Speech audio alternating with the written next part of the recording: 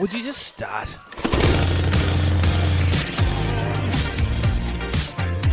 Welcome to today's episode of the Australian Lawn and Garden Podcast.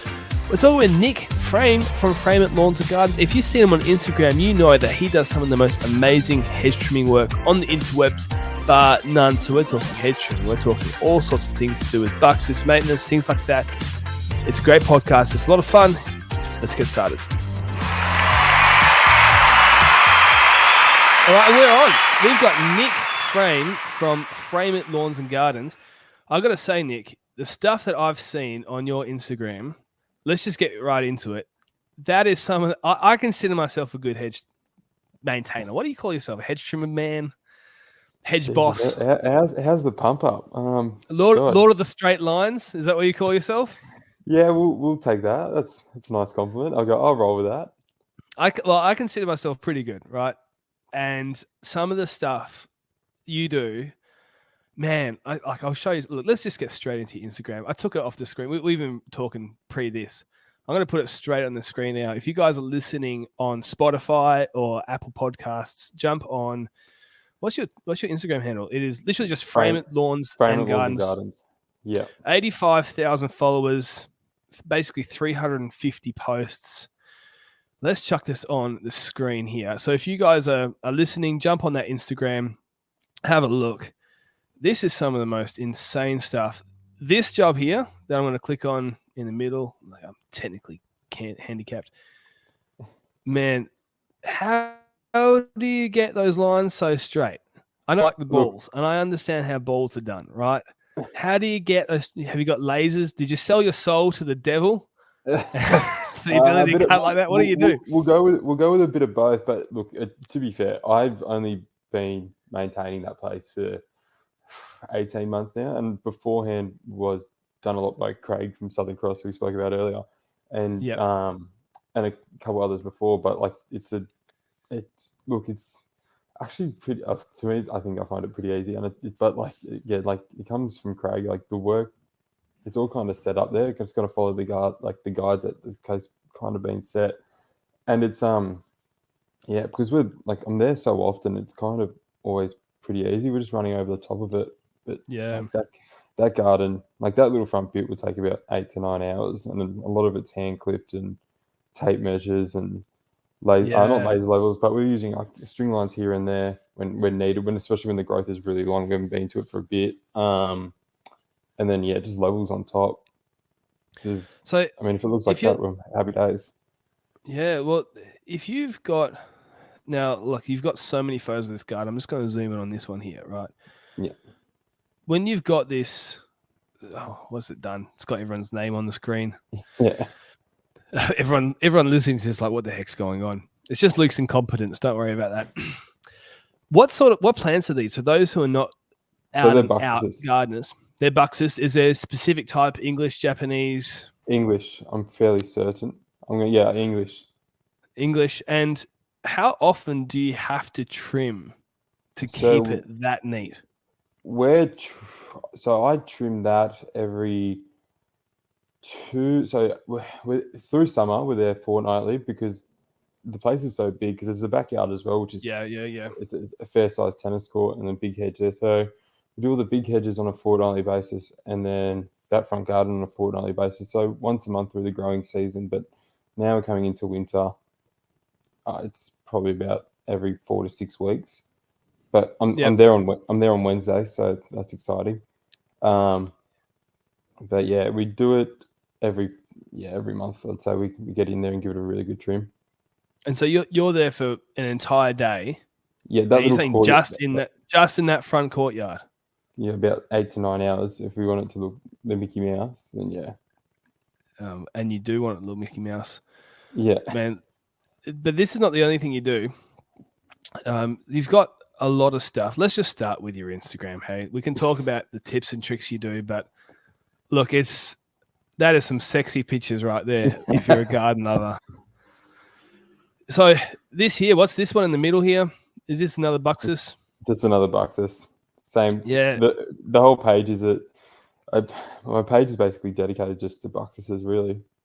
Yeah. And you got these aren't buxus, aren't they? What are they? Yeah, they're buxuses. Yeah, the spirals are buxus. There's spirals on there. Look, I love it. Yeah. How did you get into doing this stuff? I'm just going to scroll down and have a gander while you tell me. How did you actually get into gardening to start with? You said Craig from Southern Cross Gardens, who's in this video in here. Yep. I'd like to get him on the podcast one day. He helped you a bit at the beginning. But yeah, he gave me. So originally I did landscape construction for about 4 or 5 years, and then kind of just was like, I want to do more maintenance. So I moved into the maintenance side. Then was working for a maintenance company for about 1.5 years, and then kind of the TikTok stuff just happened, and I was like, I kind of want to just go run my own business and do that. So did that it's been 18 months since I started Frame It. But just before I started, I remember messaging Craig, and I didn't even have like a Frame It business page. I just had a personal page. I was like, oh mate, love your work, like it's unreal. And then started Frame It, and then just kind of made connections with other people in the space.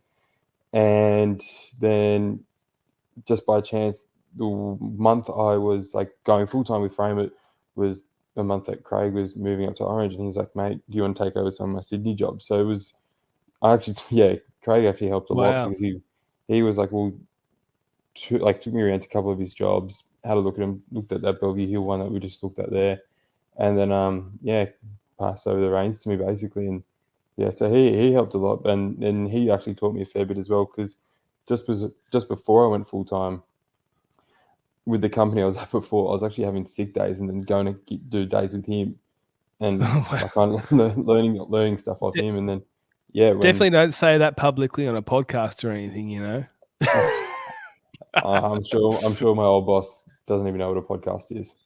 Oh, there you go. You can say whatever you want then. Bag him out. Oh, no, I don't do that. We can do that off. We can do that off air. Yeah, you've done enough. So Craig's been a great help, but there's you're being very generous to him. But I've had a lot of people work for me over the years, and you don't always find people who have. It's two things. You've got the attention to detail, which is the obvious one, but the second thing is the patience to be in a single courtyard trimming 10 plants or 10 shapes for an entire day to make it Mickey Mouse. He must have seen something in you which he thought, no, he's got what it takes to take on this. He wouldn't have given his good clients to anybody, eh? Yeah, I do. Like, I just really enjoy what I get to do for a job. Like, the way I look at it is, I get to spend 9 hours in that courtyard, 10 hours, whatever, and I put my earmuffs on. I listen to podcasts all day. So when you listen to a podcast all day, the time kind of flies. And if you're enjoying what you're doing, then that's an added bonus. But yeah, I think just spending a couple of days with Craig before I went full time with Frame It kind of really helped, because like he kind of taught me a couple of things, and then I was just like really trying to hone the craft before I went full time. And like, thankfully he kind of passed that job on to me, because that job is, you start posting that job, and then more and more things have now followed through. And I think that having that job has just always been a bit of a stepping stone onto like the next thing. And like, credit to like Miles Baldwin who designed it, the boys Ziggy at Eloquent who built it. Like, it's a fantastic place, and it's helped, I think, my business grow so much just putting in the effort into that job there. Yeah. Well, it's not just because I really appreciate that you're giving so much credit to other people, because it is true that you can't get. You also have to not just give credit to Craig and the guys who designed it and the guys who built it, but the client, because that's a lot of money. Yeah. Right? And that's a big commitment. And it's one of those things where some people maybe come to you and do you get this a lot, where somebody comes to you, they see your Instagram post and they're like, I want that. Here's $35 and, a 4-cent discount from your local fuel shop, they just don't understand how difficult it is, what the time actually takes. Do you get a lot of that now? Yeah, I think a lot of people say like, oh, this job looks great. What can you do here? And I'm like, yeah, well, this job here, it takes a lot to get that result. Like it's going to take a lot of time and effort. Like you're not just going to get that. You kind of they have to be willing, and they have to allow the time for you to be there, because like it's it's tough. Like a lot of you do see more and more now, especially with that job. They go, that place is fantastic. That's great. What can you do with this? And 9 out of 10 times you're not going to get that when people aren't willing to kind of match. No, you just can't. And it's, do you lose patience with the client? Because I know we do sometimes, where people, like all we do now, like at Silverstone Gardening, is we're only doing lawn care packages and really big jobs, because we just don't have time for regular mowing stuff. And so people will see some of the transformations that we've done, and you go there and you can, when you're an experienced contractor, you can put somebody fairly accurately into the category of client they're going to be. If they're going to be good, medium, or bad, you can do that pretty quickly. And I found it's like, maybe I'm not as patient as you. I just lose patience for these people, and they're just like, I'm never going to be unprofessional or have a go at anybody, but it's like, let's get this conversation over with as quickly as possible. I do not want to spend another second here, because you want 10 out of 10 and your budget is 2 out of 10. And I just can't. With meeting in the middle is still too low. I think I definitely got a lot of that, but I think because obviously I'm still kind of new to the game. I've only been with Frame at full time for 18 months. Like, so I started the company, 18 months. So I kind of, at the beginning, I was very much take on as much work as I can, and then that job kind of taught me that like not every job's going to be the same, and it's better to apply X amount of time to one job as trying to have as many jobs as possible. So I definitely like got into, when I started like I was a real yes man. Like, yep, I'll do it. Yep, I can be there. Mm-hmm. And I found myself working Saturdays, Sundays. I'm like, this isn't right. So, and then I kind of bounced a lot of ideas off a lot of other like experienced gardeners in the industry in Sydney. And I was like, what do you think? They're like, focus on your 20 clients as opposed to trying to get around to 30 100%. Clients. So I was like, great. So what I did was I cut down to basically my 20, 25 best clients, and I just give them the full attention. And now I've got them on such a good rotation, and as long as I can just keep them ones happy, then it's happy days. And they all know what day they're on. They all know what the rough price is going to be, and there's never really an argument, or like not an argument, sorry, but like a discussion as to price or anything. They just know I'm going to be there. This is what it's happening. This is what they're in for. And I think having it like that is a lot better than trying to keep 40 people happy. And I just don't think you can run it like that. Yeah, people get caught up in vanity numbers. It's like, I got 1,000 clients. What does that mean? It's irrelevant. Yeah. Like, are you enjoying your work? Are you doing good work? Do your clients like you? You might have 1,000 clients and 990 of them think you're like, you're 1 second away from being sacked. And well, because I found myself, especially at the beginning, going, working 7 to 6 and just like trying to get around to everything. I was like, this isn't right. And then if you have too many clients on, then something happens and you spend an extra hour at one client, then another client ends up just happy, and then you got to go back on a Saturday, and like I found myself doing that way too often. So I was like, nah, we're focusing on these clients. This is what it is. And like sometimes now I find myself finishing at 1 o'clock in the arvo, and I'm like, well, how good is that? I can go try and like go do another job from tomorrow if I need to, or I just have the arvo off. And I think it works a lot better like that, because you're keeping the 20, 25 clients you have like happy, as opposed to having the 40 clients and 15 of them are unhappy, which is a lot less work for you.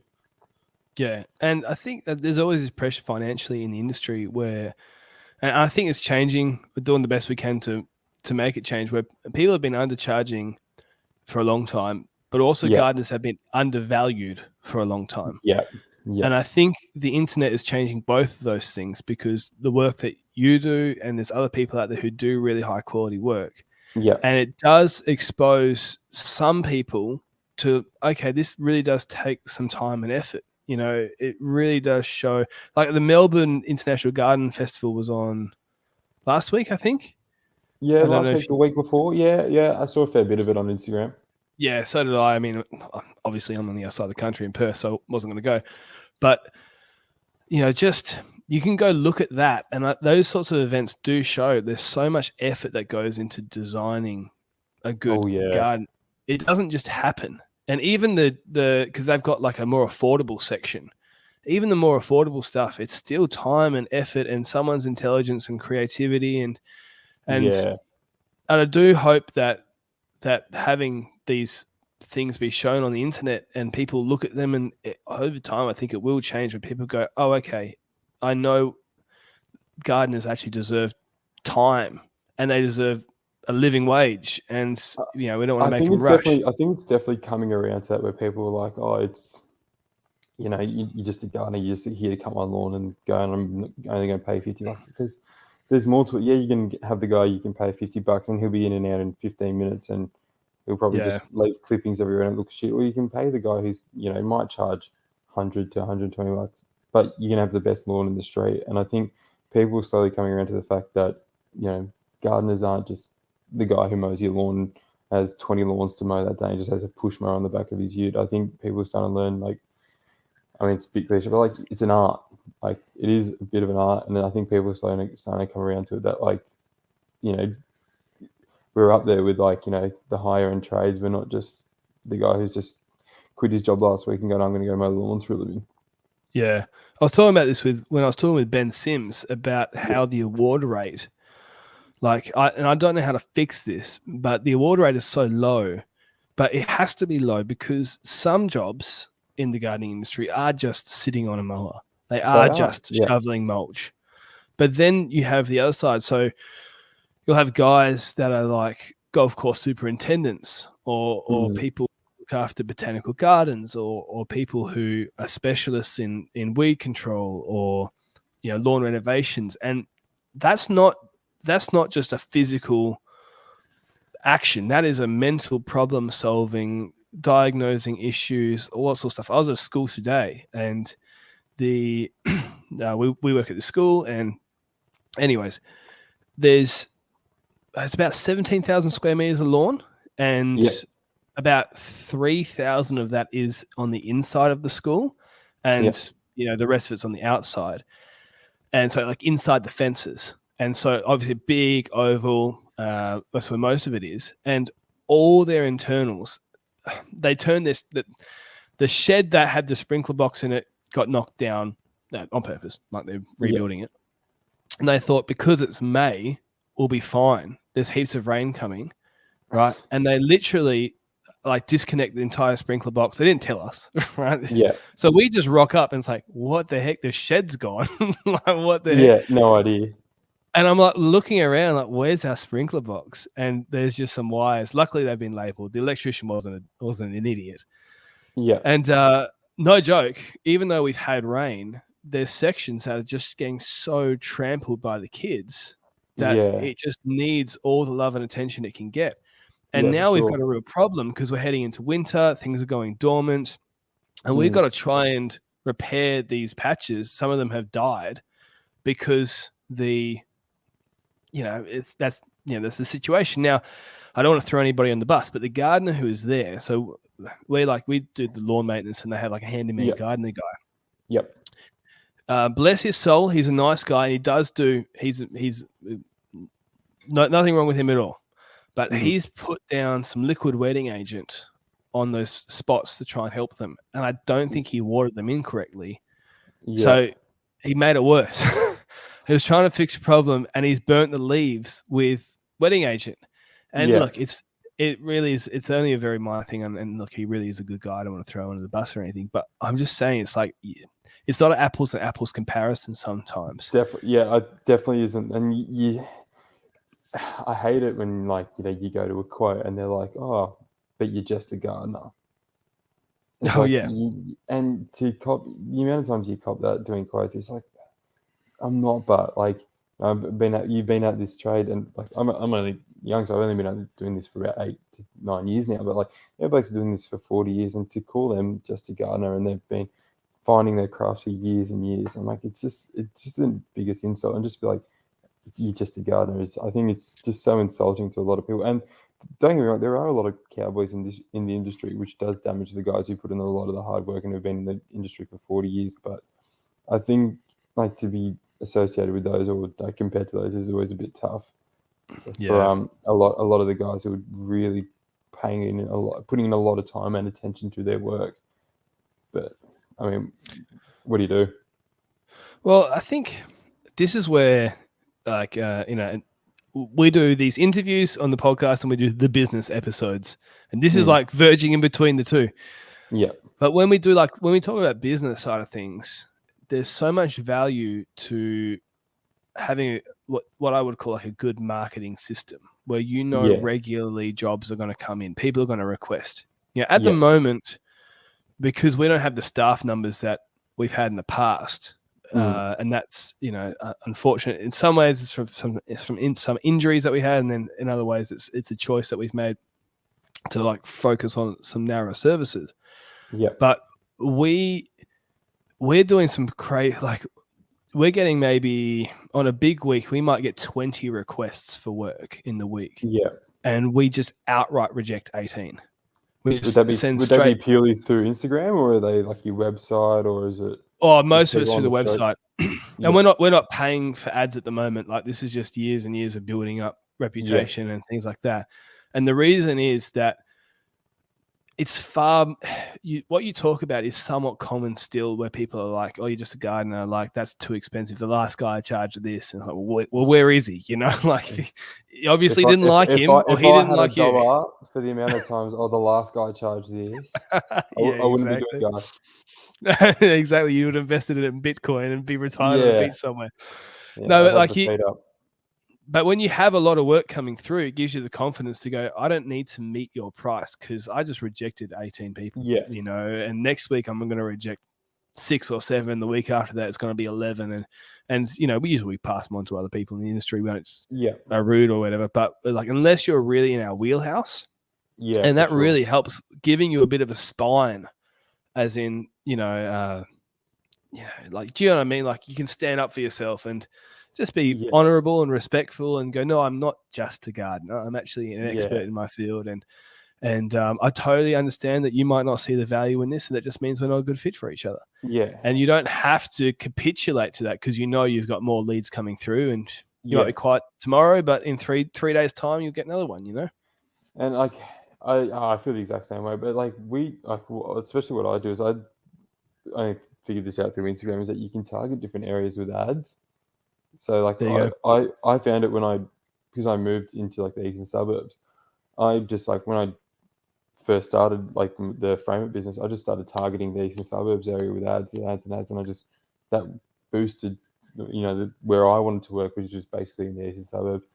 And I got a fair few clients just through doing that, by just targeting the area with ads. And then I found that because I was sponsoring the post, like I was sponsoring the posts that I thought were good, people with the same level gardens were then coming through, and then you get more of an understanding of, well, they know what I'm doing, I know what they expect, and they probably know that the price range is going to be a bit higher. And if they're happy with that, and if they know that the level of what they're getting is going to match what they're paying, then I think they're going to be very happy. And then it's like knowing your marketing and how to market your business, and finding out these little features that you might get on the internet or Instagram or Facebook ads do. If you can figure out which way and how they work and how they can benefit your business, then I think it's the best thing you can do for your business in terms of growing. Yeah, I think it's underrated. I think it's like when you work on those marketing things and how you answer the phone and how you reply to emails and all those things. The reality is, as a gardener, your number one job is on paper, your number one job is to do a good job of hedges. Yeah. Right. But what you're really doing is you're giving people peace of mind and free time. And for sure.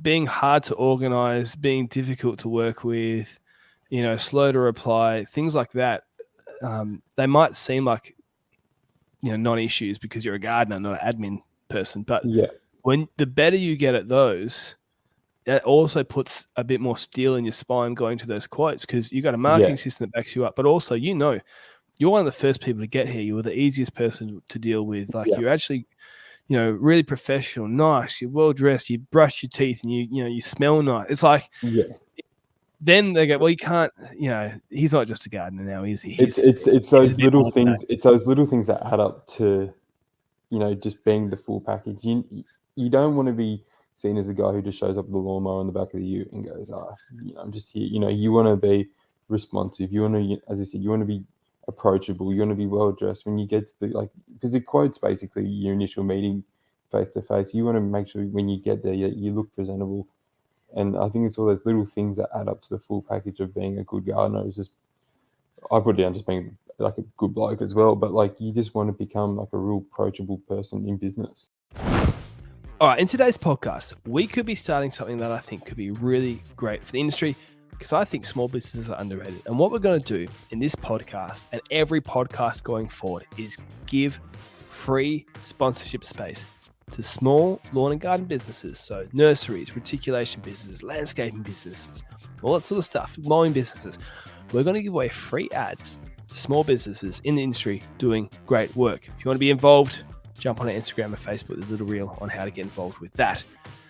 But in today's episode, the first person who's getting a free sponsorship, a small business doing great work, is Short Back and Sides Lawn Mowing Services, based out of Averley, Ellenbrook and the Vines in Perth, Western Australia. Now, the guy who runs this is Ash Smithers. You can see some of the photos right now of the great work that Ash does. I've seen some of these before and afters before. I have messaged Ash online. Never met him in person, but I have messaged him online a few times. He likes his sombreros, which means you can trust him. Everybody knows that. If you like sombreros, that's a trustworthy person right there. So the Facebook is SBS Lawns. Instagram is also SBS Lawns. And the website, would you guess it, is sbslawns.com.au. That's Short Back and Sides. Cylinder mowing, verti mowing, and those sorts of things. Now, you might be thinking, well, I'm not in Western Australia. How do I help this small business? Well, that's what social media is about. Look, jump on social media, do some likes, write some nice comments, say, Ash, you're great looking and you've made good life choices with your sombreros, right? Jump on there and support. Look, this is going to be something, it's going to be lighthearted. We're going to do it every single week for small businesses. And you know what might happen is we might be able to make some connections between other small businesses that can help each other out. And we may be able to connect some great people with great services. Ultimately, I just want to support small business. And so if you want to get involved, get involved. If you want to support Ash, hit him up for some work if you're in the area, or if you want to pass on work, maybe you're in WA, but you don't work in his areas, pass on the great jobs to him. And if you want to just have some fun and support a small business, send him some messages about sombreros, and tell him that he does a good job and that his mother loves him as well. Say that sort of things. All right, let's get back into the podcast. All right, we're back. Nick, you're on a page called Lawn Mowing Contractors Australia. I'm on that page too. Man, you guys, you don't know how easy you've got it on that page. I mean, I was chatting with another guy, and I've mentioned this a few times. I almost get jealous at some of the information that gets given out for free on these pages. That I had to make $30,000 million worth of mistakes before I learned that basic bit of information. Thank you very much, young man. What you've been 18 months in. Yep. You're building some great relationships from people online. Is it all too easy? Is it for you guys these days, or do you actually have business troubles? Or I think you're always going to have troubles. You're always going to have issues you run into. But I think for me was I'd have an issue and I'd go into LMCA, and one of the great features is you can just search a topic in the group and you go, I'm having this problem with this. You search up a brief description of that, and there'll be a whole conversation on LMCA about it. And I think it's a great, I'm not one, I don't really post in it, but I will just, when I get home, I'll just have a quick read and go through it. And you can just learn so much about anything you need to know in regards to running a business in the industry. And I'm good mates with Anthony, Urban Green Lawns. And he was another, just before I went full-time with him, he gave me a lot of tips and he put me onto the page. And then I think now he's the admin of it, but he was fantastic. And he said the same thing. He said, mate, you need to know anything, you go to that page. There's there's always blokes talking about, I've got this issue. What do I do? I've got this issue. I need this part. Where can I get this part? I think for anyone who is starting a gardening business, you have to get on there because you're just missing out on like free information that blokes 30 years ago would have just had to, make constant mistakes to learn about. And that's what it was like for me. So we started 10 years ago this September, so 2013. And Congrats, it was like 10 years. Thanks. And I almost made it there. It feels like 100. No, actually, it goes very fast. But the thing about back in the day, everyone was so competitive, and it was rare to find somebody like what you're telling me about your story with Craig, and just being generous and like, okay, I trust this young fella. We're going to give him some great work. Like you didn't. At least I didn't see that in the areas that I was in WA, and it was just trial and error and making mistakes and hiring people too early and underpricing jobs and 6 months later then doing the maths and Gary talked about this. Gary Ashton, who was the last person we interviewed. He's been in business for 13 years, so even longer than I. And the same thing. It's like we make all these mistakes, and in one way, the selfish part of you is like, why can't you make the same mistakes? But in another way, there's a part of you that's like, I'm so glad the industry is moving forward because it's been so hard to do things in this industry for a long time. And I think the Instagram stuff we talked about before with client expectations and people talking about how they price jobs and how they quote jobs and maintaining equipment and all that sort of stuff. The whole sea is rising, which means all the boats go up too. And it just makes a much better place. It's fantastic because if you go onto that page, blokes will go, I'm charging this. And people could easily see that they're in the same area and they could go, how good's that? I know what they're charging. I can just go under them. But I'd say 99% of the comments are, you're not charging enough. Charge more.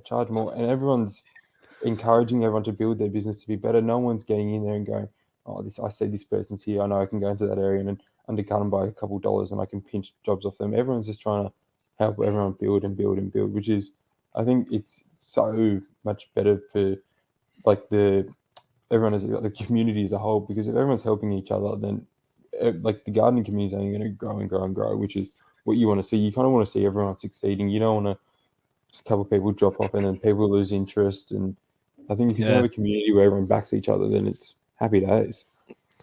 I think the other thing as well is about specializing, and I hope this is the next phase of the industry is like, I mean, obviously when you're doing gardening work like you are, the client there also wants you to do their lawn and a few other things as well. But I think there will be there's people at the moment who have just done everything. They do the verti mowing and the weed control and everything. And look, we've been one of those businesses too. But I actually think when you're a solo guy and you intend to stay solo or maybe one or two employees, if you can find someone who you complement really well, they care about their clients, you care about their clients. It's like maybe you, Nick, stay in a certain lane and they have a different lane, like maybe let's say they're specialists at weed control and soil health or identifying and solving fungal issues. So they're dealing with all these sprays and chemicals and it's like, okay, I got an issue. I don't even have to pretend to know it, and I used to do that. When I was early days, 10, 9. Pretend to know it, figure it out later. Yeah, I'll sort that out. Google. Yeah, it's great because you learn a lot of stuff. Good way to learn. You force yourself to learn.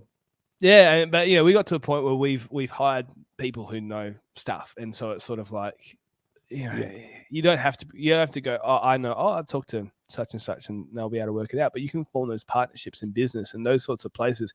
People who you might have seen as a competitor before end up becoming some of the greatest assets in your business because they're the weed guy, and this guy does the lawn renovations, and this guy does the hedging and all that sort of stuff. And then you got somebody else doing the tree lopping and somebody else doing the irrigation or reticulation. It's like then it's like 4 or 5 businesses. Yeah. You now have the competing power against the big boys because you guys are like an organism in a sense, working together. Sure. And like, you're talking about some group chats you're on. I think a lot of us in the industry are now in these group chats, and it gets me excited compared to when I started, that is. We like, I could be on a job and something's happening, and there would be something I've never seen with a disease. Say there's a disease on a leaf and I can't identify it, I will take a photo of it and I will send it into that group chat.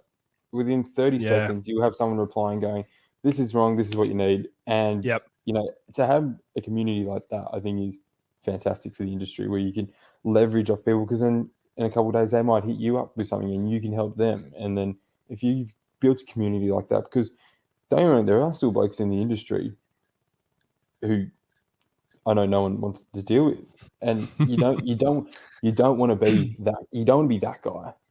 You want to be the guy that everyone can like leverage off other people, which I think is really good for the industry. But you're always going to get the one guy who just has to be a knob. Let's talk about the practical side of how you actually get these amazing hedges, moving from the business talk. Yep. So you touched on it briefly before. You've got these amazing Buxus balls. You've got spirals. You've got these straight lines. The first thing is, let's start. How do you get the straight line? Is it all in your eye? Is it in your feel? String lines, laser levels? I think lots of stuff.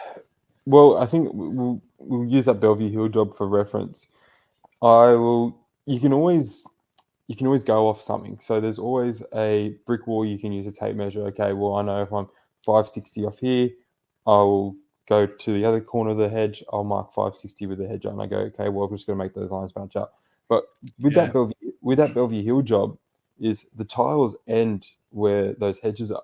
So I just need to follow the line of those tiles, and they're going to be in a straight line.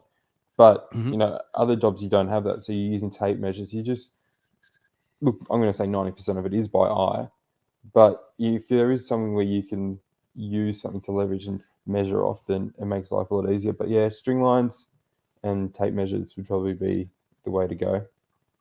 A few years ago, there was this viral video. I'm sure you've seen it, of a guy who had set up basically some steel, like straight bars, and he was just running his hedge trimmer along those bars to get those super straight lines. I have seen that. Yeah. Have you ever been tempted to do that? Not that much effort. No, not really. So it's almost like you go. I've done I'll set up, I'll take the top off a hedge here and I'll set the tape measure up and go, okay, well, I'm 400 mil off the ground here. I'll go down to the other bottom of the hedge and I'll go 400 mil off there. And then it's just trying to, you guess, but you're not always trying to take too much off with like your first cut. Basically, you take a little bit off, measure it. Yes. All right, take 10 mil off. You don't want to go in and go, all right, I need to take 50 mil off. I'm going to do it in the first cut, because then you just going to probably end up butchering it. You just do it little bit by bit. And if it takes you an extra 5 to 10 minutes, then the results are going to be that much better, and you save yourself the extra hassle of trying to do shit when it's not going to work. Yeah, I've done it before. It's really hard when it's overgrown, and lily pillies are bad for this too. Do you do many lily pillies? I mean, they're pretty common over here. Now I think about it, not really. The main hedges we do would be a lot of water housiers. They're around at the moment. But to be honest, I think I don't do. I probably have 2 jobs where I do ladder work. Everything is Buxus and down low, or I'm with the shears doing spirals and big balls. All right. So with Buxus, because it's so slow growing, you probably don't have this problem. But I've had it before with. So like over here in Western Australia, lily pillies are common. Moreas are somewhat common. Viburnum is super common. Yeah. And Buxus, not so much. We're a bit too dry and hot, so it'll work in some conditions, but usually on the south of the house, so it's getting most of the shade. Yeah. But I mean, you guys get hot in Sydney too, don't get me wrong, but it's just a slightly different climate. Yeah. But the thing about like with lily pillies is every 5 weeks you need to take quite a lot off them. If you're 4, 5, 6 weeks. And sometimes what happens is, when you're inexperienced, is you've got your hedge and maybe you've got, let's say you got a good 10 centimeters of growth you got to take off. Yeah. You don't realize that that's a lot of weight. And so maybe as soon as you cut that off, like a spring almost, the branch bounces back. Yeah. And so you might have cut a straight dead line, but then some of these branches come back a little bit more than the other ones come back. And if you take it all off in one pass, it doesn't look flat. So you're better off taking half of it off, most of the weight goes, and then you can cut your straight line and it doesn't bounce back, if anything, or just a tiny bit. And that's one of the things that early days, I would underquote these hedging jobs and try and get it done in one pass. And then you end up having to do two anyway. And then it becomes all sticky. And I think with those type of cuts, and not that I really do any of them, because I don't really like doing the big reduction jobs where I'm on ladders for 6 hours a day trying to take off a meter off a hedge. Like those, I think I've tried to put those kind of jobs behind me now. But like, you've got to kind of just do it in a couple passes, because if you're just trying to do it in one, you spend half the day then trying to fix up all the areas you could have just avoided by just taking your time with it. One of the things I've done, we had this probably, I would say, is 4.5, maybe 5 meter tall lily pilly hedge, and it was probably about 30 meters long. It was at a school. Yeah. And I got lucky this one time because I had to cut the top off, and I quoted them to do it standing on the truck, right, on like the back of the truck. Yeah. And then I realized I could like chainsaw all the branches from behind because it's so tall. You can't see the top. So you can chainsaw out all the really fat stuff, and you still had some twiggy, thin stuff left. And then you go run over with a hedge trimmer. Yeah. And, but even with that, like with lily pilly, it's like, again, 4 or 5 weeks later, you need to cut it again. You're back there again. Yeah. It would grow like absolute wildfire over your way. I tried using plant growth regulator on it, but they're just too big. And I didn't like, you got to use so much on a hedge like that it's sort of, I got nervous and I was like, I don't want to over apply it. And I'd probably, anyways, I just don't know if there's a solution to something that big. You almost just have to cop it and go, I'm cutting this every 4 or 5 weeks, and it is what it is.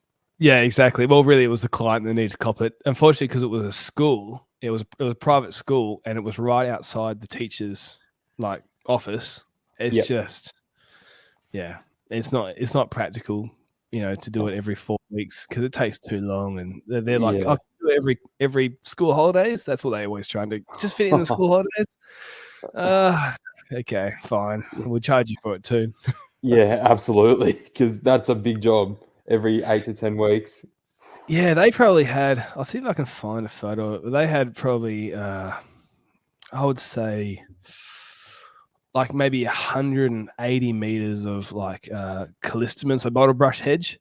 Yeah. And that was a pain in the butt too. I mean, that grows much slower, and that was more of an informal hedge, nothing like to the level of what you're doing where it's super tight, and it was more just like stop it from looking hairy, and it's in a car park. I feel sorry for your shoulders. Well, I didn't do it alone, that's for sure. I feel sorry for the team's shoulders. Exactly, yeah. They felt sorry for themselves too. I can't find it. Well, it's not the end of the world. So, had you used plant growth regulator? Let's talk about plant growth regulator. I'll briefly suggest or explain it for people who may not know. There's a product called Trim It. There are a few other types of plant growth regulator, but that's the most common one for hedging and things like that. And it slows the growth of the plant, makes it a bit more dense. People do use them on hedges, but it's not always fit for every single situation. Really good for some of the stuff that we've done in the past where, it's like I've said, it's a little bit less formal and you're just trying to keep things neat and tidy, helps it be neat and tidy for longer. Do you use plant growth regulator at all with your clients? Can't say I've ever used it, no. I've never really used it because I've always just, the clients are like me being there so often that I think I've never had to use it. Never been in a scenario in which they're like, oh, is there a way we can slow this down? I think I've never had to been put into a situation where I've gone, let's slow the growth of these down, because the client's always happy for me to be there. I've thought about it because I'm about to head off to Europe. I was like, maybe I'll use it in the coming weeks just to slow everything down before I go away for 5 weeks. But then I was like, we're coming into winter. Everything's going to slow down anyway. So it doesn't really matter too much. So, but yeah, I've also, my thing is like if I use it and somehow something goes wrong, and you know, say if I did that Bellevue Hill job and then I'm spraying growth regulator and something goes wrong, then it might bite me in the ass. So I'm just like, play it safe and just cop it. What do you do with your cleanup? Are you using drop sheets? Are you just raking? You got a vacuum or something like that? I've got the steel blower vacuum, like the combis, the ones you can swap out. So you take the blower attachment off and you put the vacuum attachment on. You just put the bag around. And is it a BG 56 or BG 86 or something like that? I think it's a BG 56. I'm gonna go with the BG 56. I think that does sound familiar, but because like I only discovered it in December, and I was like, what have I been doing without this? Because where's this been all my life? It mulches it up, and it just makes life so much easier. Yeah. But yeah, drop sheets I definitely use as well. But that vacuum is mulch coming up in it though. What's that? Do you get a lot of mulch coming up when you're using the vacuum? Like coming back out of it, you say? Like when I found like, because I've got that vacuum as well. It works really good when you've got like you're hedging on pebbles or a lawn or something like that. I found sometimes with mulched areas, it'll suck up some of the mulch. So yeah, I get it does a bit, but I try not to use it on mulched areas. If it's a mulched area, then I'll put the drop sheet down. But if it's more of a paved area, instead of trying to blow it, and collect it all into one pile, or blowing it under, I just get the vacuum and just suck it. So if it's on the tennis court, if it's on a really nice tiled area, then that's when the vacuum comes in. But I mean, a mulched garden, it's just drop sheets. So I've seen you using both hand shears. Yeah. Right. So for those people who don't know, they're literally just a hand powered, basically large scissors. Yeah. And you use sometimes petrol stuff. Yeah. Why not just use all the petrol stuff? Like, why some people might not know the difference between the two, because you would think it's just the petrol's cuts nice, doesn't it? Yeah. Well, so I used a lot of petrol to start with when I first started framing it, and then moved into battery. So I meant powered, petrol or battery. Yeah, power. Yeah, but so I think the fuel stuff will always have a bit more grunt than the battery. I think that's great for you, when you're going on your real heavy cuts. But I think the battery stuff is, I think, it's really good for your big hedges, your box hedges. But when you're doing your balls and like your spirals, that's where you really want to be using your shears, because you have a bit more control over what you're doing. And for that more finer, refined, detailed work, I think your shears are you go to. And you can use your battery, your fuel stuff on those little balls and all that, which is fine. But I think just to get that better cut, you use your shears, and sometimes you just don't know what's on like your blades. There could be stuff from a plant that like a disease on that sitting on that blade that you can shift over. If your blades are blunt, you can damage the leaf, you can cause it to burn. Like, I think with the more detailed stuff, the shears are just that handy, and like they're fantastic. I found with hedges that have really large leaves as well, which again come back to lily pilly, but cottonwood hibiscus is another one. Normal hibiscus is another one. Which again, and the bigger the leaf, the less formal it is. So you might use these like the battery or petrol powered hedge trimmers. Then the problem is that like the leaf is way fatter than the knobs. The gap between your blades. Yeah. Yeah. So you end up cutting the leaf like 6 times. And it gets all jagged, and it looks fine as you leave, and then you come back a week later, and it doesn't. There's a bit of browning there, or I find that's with especially because we do a fair few viburnums, and you always kind of run into that issue that viburnum leaf can be a bit big, and you find yourself going once, going twice, going 3 times. It's like, oh, this is just. You think they just make the gaps just that little bit bigger, just so you can. I genuinely have wondered that, where I was like.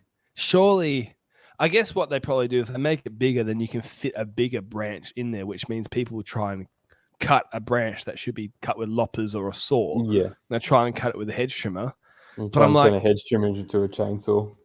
Surely just sell some different blades and give us a disclaimer. Be like, if you try and do this, you're an idiot, right? Yeah. It's not under warranty. No, exactly. And to be honest, look, with employees, sometimes the stuff I've got. I won't You be ran able into to a find couple it. headaches. No, plenty. I've got this video. I might be able to show it. Put it on the edit after. I won't be able to get it up on here because it's on my phone and I just can't connect them to the stream. But I once came to the warehouse and no one fessed up to this, which is even worse. But I had a one of the steel hedge trimmers. Yep. And it's like a video of the hedge trimmer, all like nice and neat, and then there's a massive bulge where it's like, I would say 3 centimeters of gap, two to 3 centimeters of gap between the blades, where they've either rammed it into the ground or something like that as it's been moving back and forth and it's bent the blades, or they've tried to shove something massive in there and it's just bent doesn't work. I'll put the video on the edit after this, but it's like, it's painful. And you just, so anyways, even when they're small, they get abused by certain people. Yeah. So I think some people have to remember it's a hedge trimmer, not a chainsaw. Yeah, exactly. And then it's like, I've actually been moving off chainsaws completely and going to reciprocating saws, or what they might call sawzalls. Yeah. Because the thing about the chainsaw, I mean, we're gardening, we don't do any tree lopping, right? So we really don't cut anything thicker than our wrist. No. And the thing about like doing chainsaw work is if you forget to sharpen the chain, right, or like you leave your chainsaw on a funny angle and the oil comes out, and if you're not doing it all the time, right, it's common for these sorts of things to happen. Someone does a job and 2 weeks later you got to use it again. But because we're only ever cutting thinner stuff, we're not cutting super thick stuff. I've actually found the reciprocating saw, it's a slightly slower, but you can buy like a really good blade for like $6. So you just buy 5 blades for $30. And the other thing about it is you can use it for, like, you can cut in dirt with it, right? So if you're cutting, out a tree, you're cutting out a tree that you're trying to get the roots, right? If you're using an axe, you're going to blunt the axe. If you're using any other saw, you're going to blunt the saw. But if you just keep the old blade, the old blade that's not good enough to do your nice cuts, you put that through the keep dirt. It there. Exactly. Who cares? It'll wreck the dirt, whatever. And with a mattock for the thinner stuff, you don't need to cut. And it's like, oh man, these little things where I'm just like, I don't even need a chainsaw anymore. And it's I don't even carry one. And that's one of our problems is we've got a couple of pole saws that we the attachments. So for the steel combi, and there'll be plenty of other combi, products that have that. And we have one, like, it's a good chainsaw, like a little one, but it's a steel one. It was expensive, but anyway, it's a small bar. But sometimes those pole saws, if you're trying to get into a funny angle, you've got this like whippersnipper long thing, and it's just not suitable. And again, like if you're not using it that often, it's like it gets the oil leaks out, and so. Anyways, for some gardeners out there that you're just doing gardening work, consider getting them. And I know that a company like a Ryobi or something isn't typically seen as a commercial grade thing, but they're making they're starting to make some really good stuff. They're scarifies, like everyone's talking about how good they are. Don't get me started on that. I did a review on that, mate. Not compared to a Bowmaster, but for home use, great, right? For home use, knock yourself out, but don't use that commercially. I'll sense it in my loins here from Western Australia, and the Bowmaster in my blood will tell you. Anyways, but I had a reciprocating saw that I bought for myself for home use with the Ryobi batteries, and that was it. I was like, I had a couple of blades, and one day I was like, I'm just going to take it and try it, and it's like fine. And I know AEG, if you're at Bunnings, AEG has a single handheld one, which I'm going to try out because I do have some AEG products, and I think it's expensive. It's like $200-300 or something like that, but because it's one-handed, I'm like, man, hold the branch here, cut with the other hand. So, anyways, the only chainsaw, like I obviously have my little one, but that stays in the storage unit. I think that's just collecting dust in there. I've got a telescopic one that I rarely use, but like I've just got a little hand pruning saw that I just flip out, hand saw it. That's it. But like I'm rarely doing like any type of pruning wheel or chainsaw work. But the little fold-out pruning saw I've got, it's absolutely unreal. What brand is that? Milwaukee. So it's the same brand that do all the shears. They just have a pruning saw. and just it sits in like the belt buckle, folds out, cut back. It's the blades. Is that a Japanese one? Yeah, one of those Japanese ones. Yeah, because I've heard that those Japanese, I don't know what they're doing there, but they're doing something good with those. Anything sharp and pointy. Well, all my shears are like the Japanese one. Like they just make some like fantastic shears. Like they've just, I don't know how recent they are, but Craig put me onto them, like their curved topiary shears, and they're fantastic. Yeah, they're just unbelievable. How much do they cost? Yeah, I think they were $450. Gee, but look, I mean, if you're doing the work that you're doing, yeah, for sure. If you got to kind of have the right equipment, and they are so worth it. Like they are the best. I get it. I get excited. No, I'm getting to use them tonight. It's going to be a bit of fun. I love when equipment's like that. When you're like, yes, I can actually use this thing today. So when I bought when you get a new hedger and you're like, oh, tomorrow I know I'm having a good day hedging. Like I know tomorrow's going to be a good day. Exactly. How do you maintain your hedges? As in, like the actual cutting mechanism, not the actual hedges. We know how you cut them, but the actual like the hedge trimmers, the shears. What do you have a set maintenance routine you go through? Oh, probably once. What I do, it depends on what I'm cutting. But if I'm cutting something that I know is going to stain the hedger itself, I'll make sure I wash it that afternoon so it's not sitting on the blade. Yeah. I like to try and keep the blades as clean as possible and as sharp as possible. So if I know I'm doing really detailed work, I'll just get the grinder out and give them a really quick sharpen before I use them. I try and clean them at least every day. Just give them a quick spray, give them a quick scrub.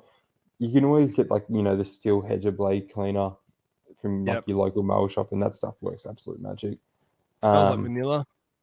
It does. And then I got this. So one of the other companies that make the shears, I'm going to say this wrong, but it's Shokunin. It's along those lines. They actually have this little spray, and it cleans anything, like everything off anything. It is the best stuff that I've ever used for like shears, my blades, everything. That's the number one stuff. It makes my hedges and all my shears look brand new. So I try and use that, make sure all my hedges are clean right before I'm doing anything really detailed as well. And it's also just keeping the blades nice and sharp, because that's how you're going to get your really detailed cut, and you're going to prevent any leaf damage as well. How do you trim? Do you sharpen them yourself? Do you take them into a shop to get them done? I will sharpen them myself most of the times, but at the moment, like I've taken my other smaller Husqvarna hedger and one of my other mid-sized hedges is at the Western Mowers and Chainsaws now out at Toongabbie. I've dropped like all my stuff there, and they're putting new blades on all the stuff now, and so I'll try and get new blades maybe put on every year, just because I'm a bit of I just like it that way. Yeah. But I can understand that.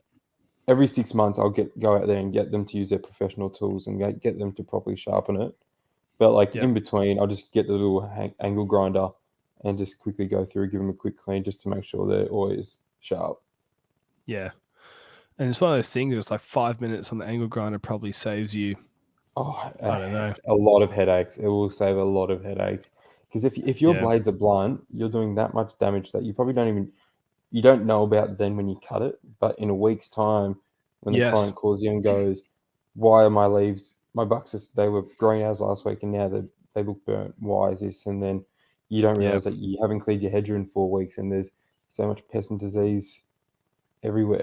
And like I have spoken to a lot of people, and they're like, not a lot of people, like you do speak to the odd gardener here, and they're like, I haven't sharpened my blades in 3-4 months, and I haven't greased it ever since I bought it. And I'm like, probably makes sense why you're having a couple of problems with it, and nothing ever looking that great.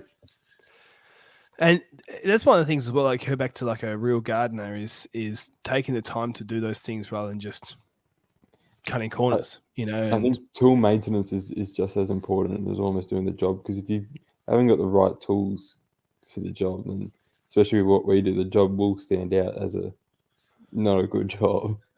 Yeah. How do you go with bending down all day? Because a lot of those hedges are quite low. Do you stretch a lot? Do you go to Seuss or? I do. Yeah.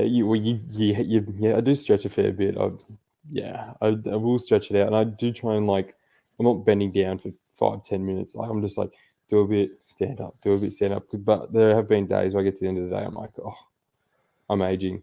Like I'm feeling old today. How old are you? Yeah, 26. Yeah, you're not aging.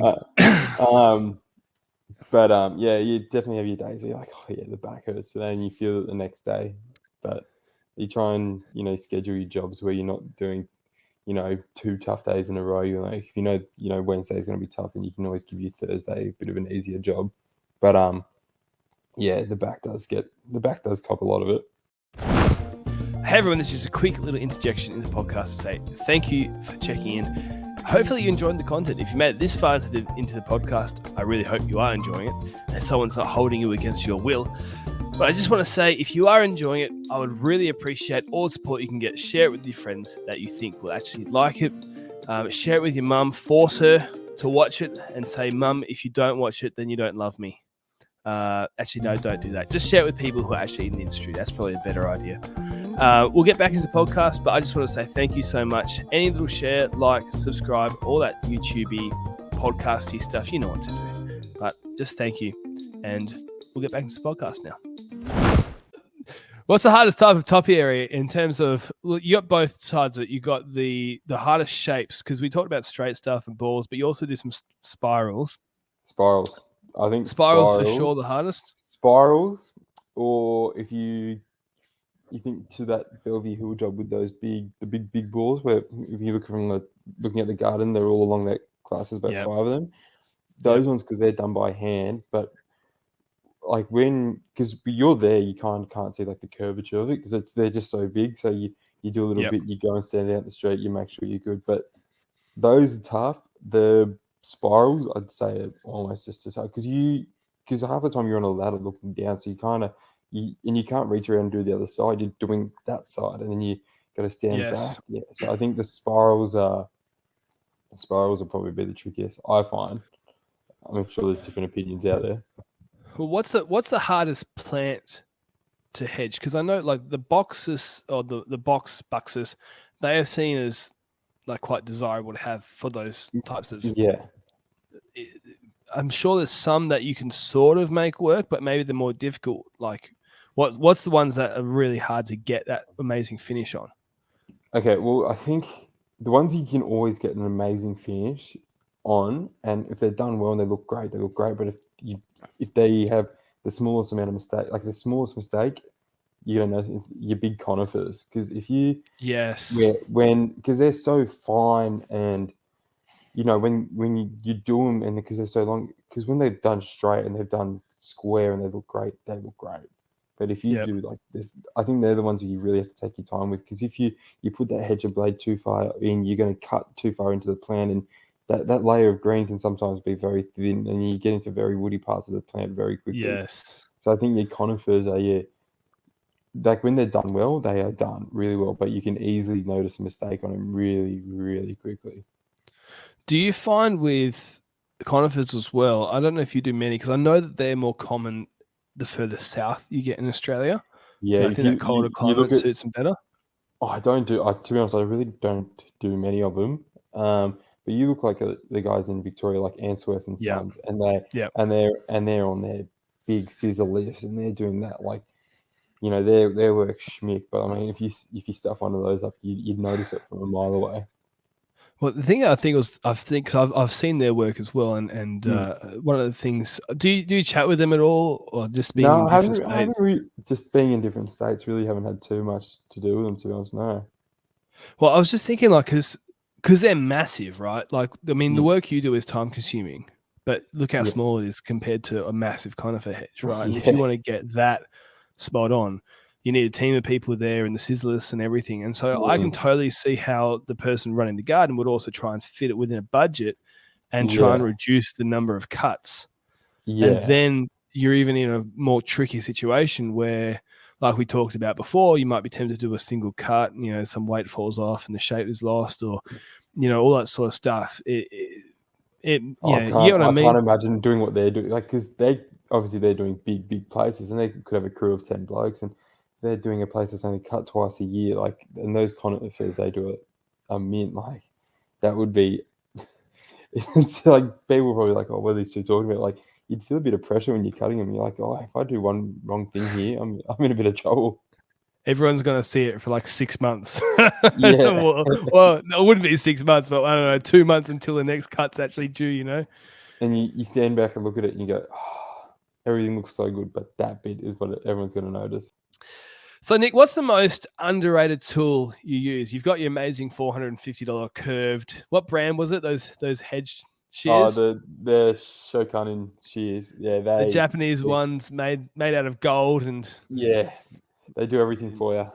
The most underrated shears I have or tool I have would have to be just any tool. The hand shears. So they're, if you could imagine the big hand shears you have where you're clipping, they're that, and you just put them into like your hand. Like they just these one-handed hand shears. Yeah, there's so literally big scissors. If you go onto the Instagram page, there is probably about, if you scroll down a little bit, there's a photo of them on top of the ball, and they are fantastic. I'll chuck it on right now. Actually, I'm on my Instagram. Let's get on to frame it. Where is these little things? Right these there, things. Right there. Oh, wow. They look cool. So they're just a small topiary shear. So they're the most underrated. Oh, I think that they are the bee's knees. Like, they sit in my belt buckle next to my secateurs, and I think they're so good for that little finesse stuff. Just like those little things that you just spot. I think, and especially for cutting along walls as well. So if you've got a box hedge that runs up against a wall, it's really hard to get in there with your long-handed shears. So to have those is really helpful, because then you can just reach over and just get those little bits with those shears. I think they're fantastic. I don't know if this is coming up from the stream. Oh, it is when I zoom in. So there's a spring there, hey? Yeah. So these are spring loaded, and you don't have to open and shut. You just shut with your hand, right? Yeah. Like you just squeeze them. Man.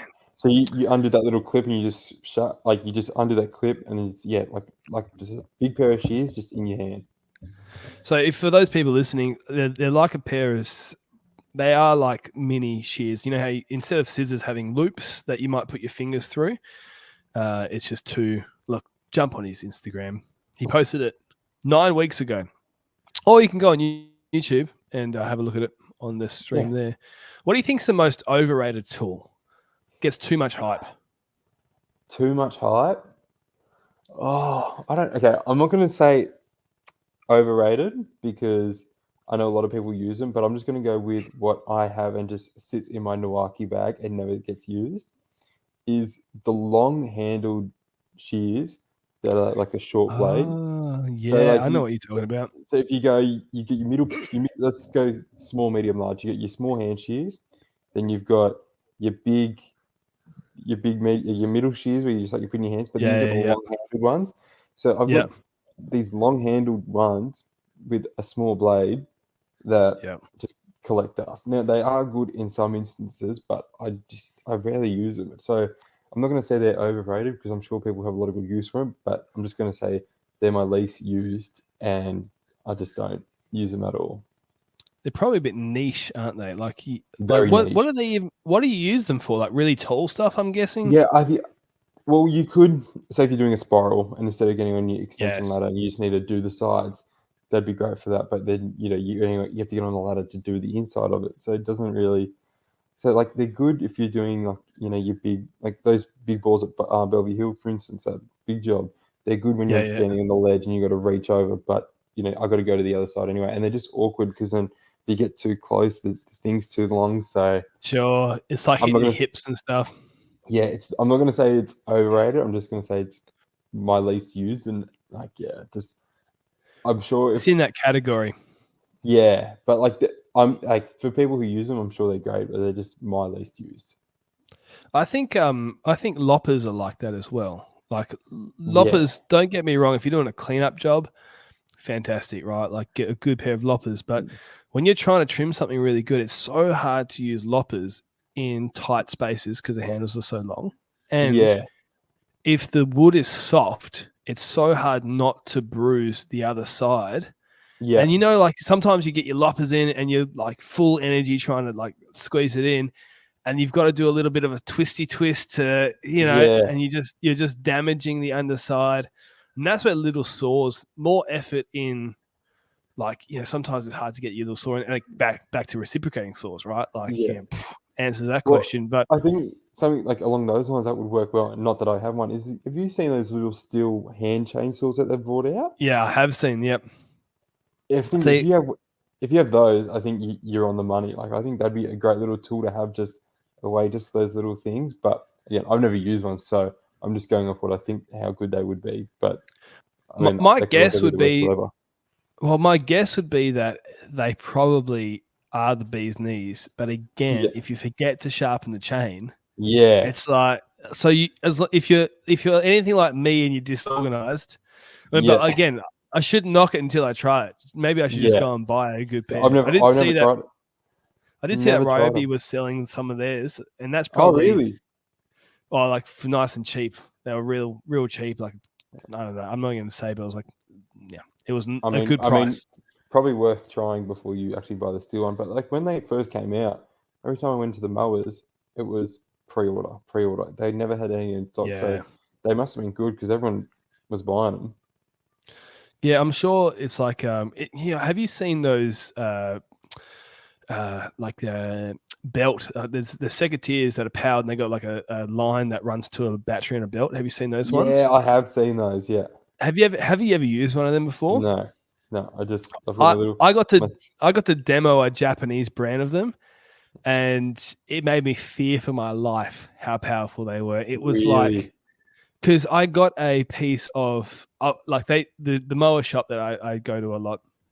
They got a demo, and they were like, "Go use it," and I was like, "Oh, sweet!" So I'd cut something that I'd normally cut with secateurs, and I was just like, "Done." It's scary. Like, cool. And then got bigger, and then I genuinely got a piece of timber, right? And the biggest piece of timber I could fit in there, which is like a 35 mil, the classic 70 mil by 35 mil piece of timber.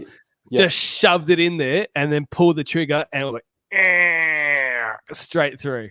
And I was like, you have got to be kidding me. Like, Jesus, that is scary.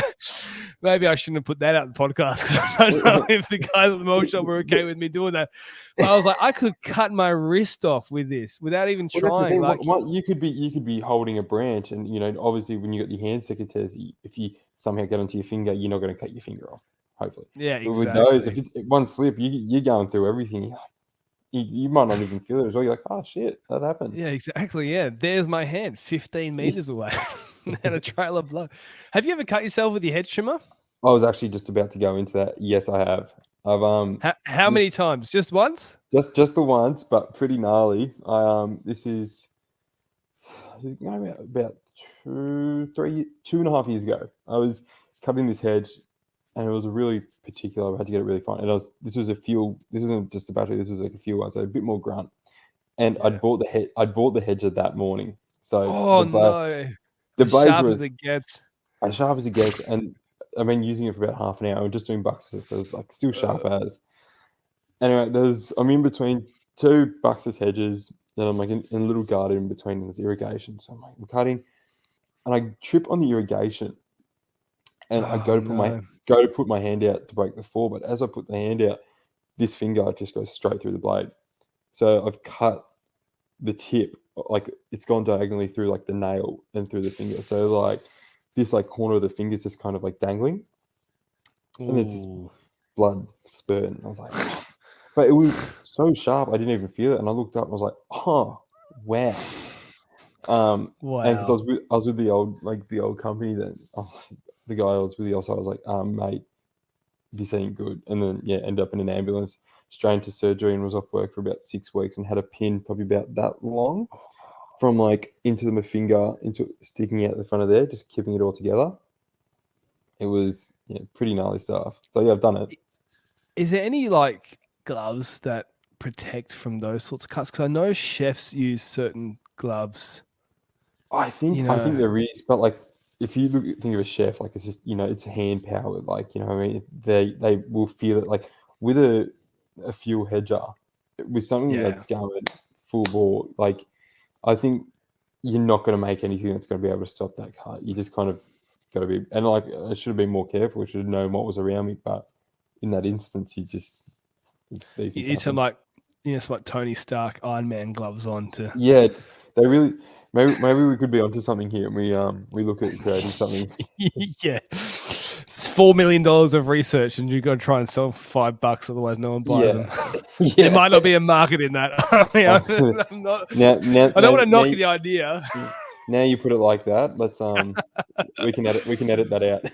Unless there's more. Actually, now okay, I've just shot the idea, but now I'm thinking it's not just hedge trimming. I'm sure the army or somebody else like that, they got some cash money, so I'm sure they do. We'll go 50-50 on it. Yeah. Have you ever had like that's an injury, but have you ever had an injury to your ego with an embarrassing story? Did you hear the story I told of how I set a retirement village on fire once? Did you hear that one? No, I haven't, and I'd love to.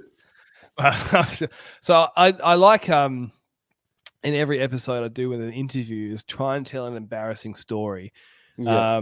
I've already told this one, so I mean maybe I'll tell another one later on. But the long story short is I was hedging an overgrown agonis, and it was next to a hot water system, and I cut through the gas pipe. The gas pipe obviously let out some gas, and the gas met with the pilot light in the hot water system, set the bush on fire. It was an aged care facility with about 160 something rooms.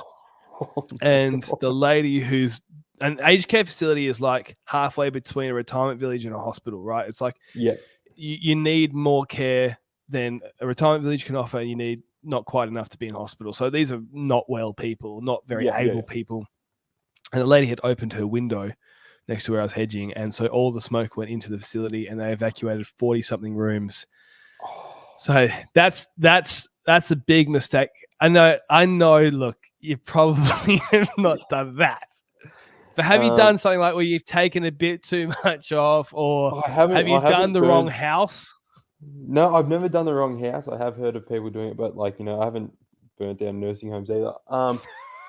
I do remember once just like we were cutting down these conifers and we we're just cutting them at the bottom, and I was just cutting them and I got through, there was 6 of them, got through 5, and I knew one. I was like, all right, there's a pipeline on the side, like just a water tap.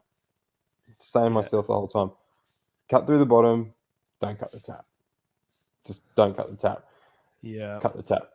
So I go chainsaw straight through the water pipe, and it was like this little courtyard. So it would have been probably 4 by 5, maybe a bit wider. And it's just where it was there was a tap and there was just windows everywhere. So there's this water just going straight onto these windows, and I was like, oh my God. And then obviously I'm drenched. It was, I think it might have been like 2:30, 3 o'clock in the arvo. I'm like, you're kidding.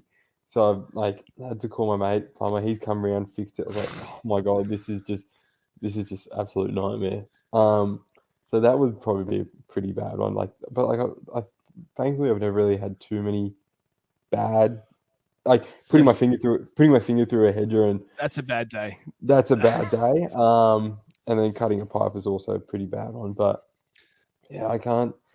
Not too many. I mean, now I think about it. Now they're all coming to you. Actually, I've got now. This is good.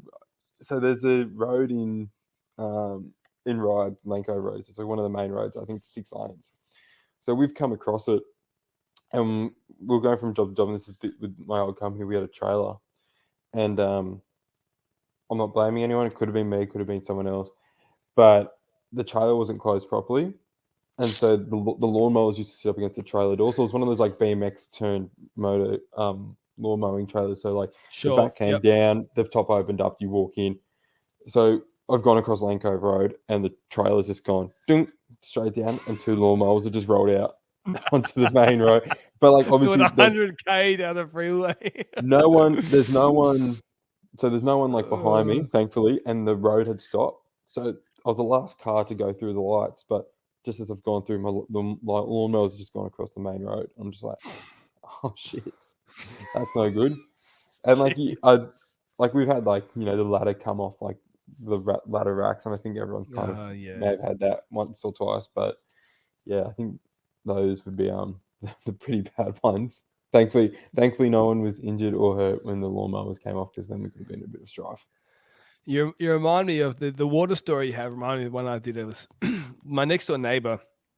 This is maybe 6-7 years ago. I had a Kelpie, and the next door neighbor had a Staffy. So like two of the most energetic dogs that exist, right? Yeah. And the fence was one of those ColourBond fences. So yeah, there's nothing like going into the ground other than the posts that are holding up. You know what I mean? So the dogs dug under the fence, right? And what would happen is like there was a tree with some tree roots, and so our skinny Kelpie could fit under the fence and get into their yard, and the fat Staffy couldn't fit back. So what would happen is these two energetic dogs, the great side is they'd exercise each other.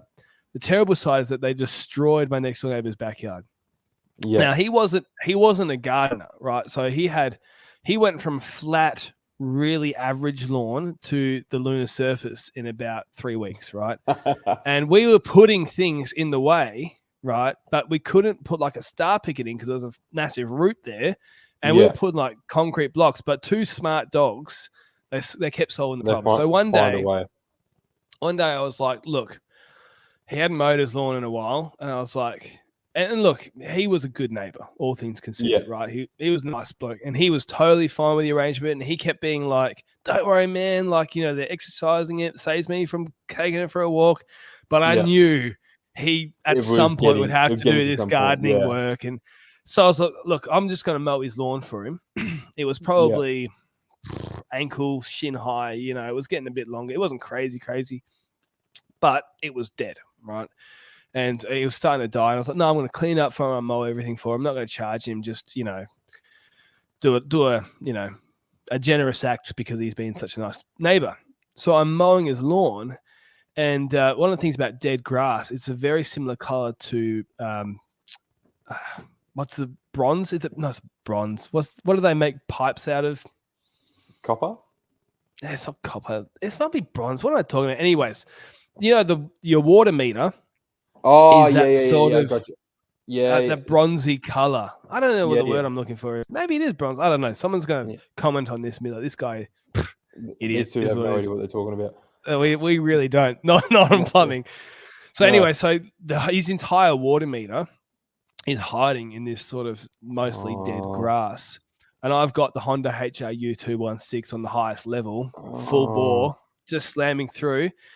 And this act of generosity I have for this guy, I just cut straight through luckily his side of the water mains, and water is spilling out and everything. So look, it's right there. I just turn it off. So no harm done. He's not even home, right? So anyways, then what happens is, so I just finish off doing the job, come inside. He comes home, right? And not like long later, and I just got to go tell him or whatever. He's like, oh, no worries, mate. Now, luckily, the part that I hit didn't need a plumber. It was like screw on, screw off. He went straight to the shop, and there's one on each side, and of the tap that I hit, and so it came with two. He's just screwed it back on everything. He didn't expect anything else. So I've gone and trying to make a situation better. I've made it worse. Yeah. And anyways, because he bought two, and this is like, he meant it nice, but it was so insulting. He gave me the second one because he was like, here you go, mate, just in case you ever need this. Like, you're that much of an idiot. Surely you're going to hit one again. There you go. Thanks, but no thanks. Anyway, I have that. I've never hit anything since, and I still have that piece of pipe in my shed. It's like whenever I'm tumbling through anything that's got plumbing related, it's in that little box, and there's this reminding me of my incompetence. Oh man. Yeah, I've cut lighting wires, and I've done all that before, but I mean, like, I think everyone does those. So like these things, like those things happen, but like it's more the bigger stuff where you're like, the last thing I wanted was this. That's it. Look, mate, it's getting late here, and I've got to help my wife cook some dinner for the kids. That's fair. It's later over where you are, isn't it? What's the time? It's just gone past 7 p.m. You haven't had dinner, mate. You better go get some KFC. Hopefully the boys have cooked dinner for me downstairs, and I've got a nice meal waiting for me. The boys, is there much? Are they good at cooking? Is there any hope that Yeah, you'll have a good? they're good lads. They're good lads. They're actually. I hope they don't hear this, but they're good fellas and they can cook. So I have a feeling there'll be something good waiting for me downstairs. This will be the clip that I cut and put in the Instagram post, mate. That you tag you in it. Hope they don't hear this. That and you bagging out your old boss. That's what I'm going to put on the Instagram. make it the header. Frame it, bags out old boss. I'm sure they'll do well. That's it. Yeah. What other clickbait can we do? We can do plenty. Exactly. We should just we should end it here before we get sued by somebody. But thanks for coming on, man. No, this has been a good podcast. Time has flown. Including a couple of breaks. This is over an hour and a half. So I don't know how much of this will make it into the podcast because of all the swear words you said against certain people in the industry. Yeah, sorry. No, that didn't happen. Anyways, where can people find you? So basically everywhere, Frame It Lawns and Gardens. I know it's a bit long to type, but I'm sure if you search just Frame It Lawns, it'll come up quickly. Instagram, TikTok, Facebook. But if you want to get in touch, Instagram's the place to find me. That's where I'm most responsive. And you're chasing, what type of work would if anyone's got something and they go, this is out of my depth, what areas do you work in? They go, oh, this is a hedging client. I need to pass this on to Nick. He's a specialist. What are the areas you're in? Topiary, hedging, that's where I like to be. Nothing, not, your big reductions, but your topiary, your fine work, that's where I like to be. So yeah. What sort of suburbs of Sydney? We'll go eastern suburbs, North Shore, Ryde, Hunters Hill. But look, willing to travel. I don't mind. I don't actually mind driving a bit. So happy to travel always. That's it. Thanks so much for coming on, mate. Thanks for having me.